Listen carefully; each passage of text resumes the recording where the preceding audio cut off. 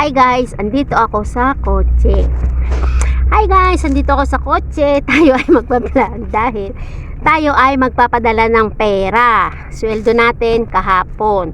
Tapos magpapadala tayo ng pera. Sumama ako sa amo ko kasi may bibilhin ako. Wala na akong shampoo. Tapos wala na akong Colgate.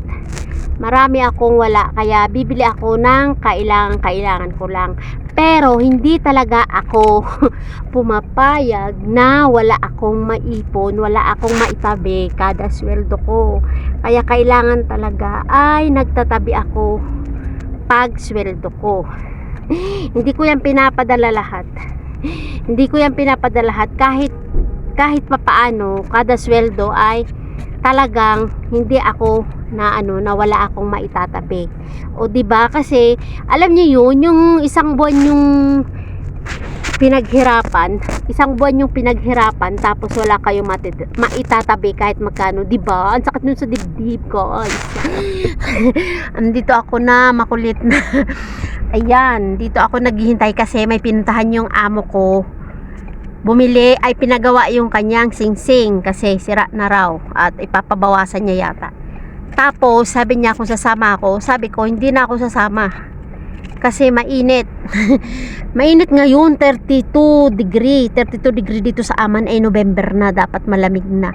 Pero ngayon ay sobrang init sa labas. Pero sa loob ng bahay ng amo ko ay malamig. O di ba? Ganyan lang ako ay makulit.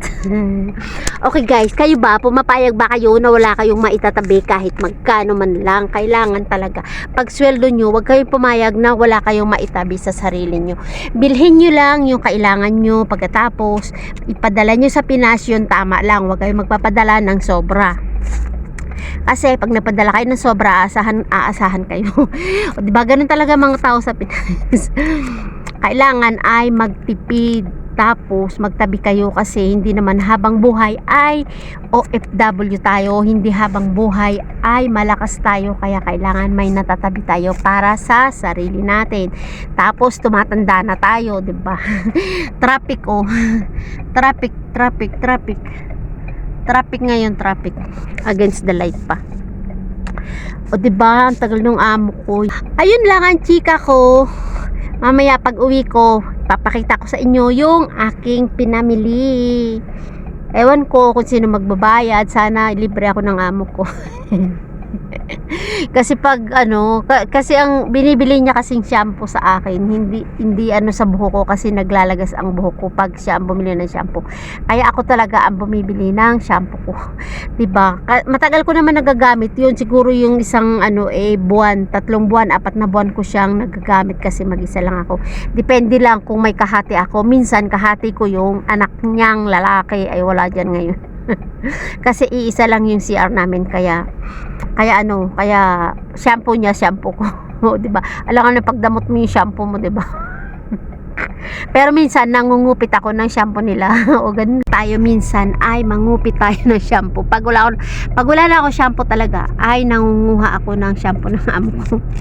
Okay lang naman yun kasi nangunguha din naman sila ng shampoo ko. O, di ba? Ganun lang ang buhay. Okay guys, andyan na yung amo ko.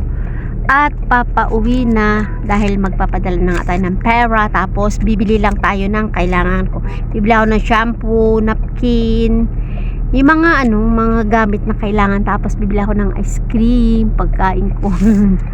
O diba, bye bye guys, subscribe my channel MDOF.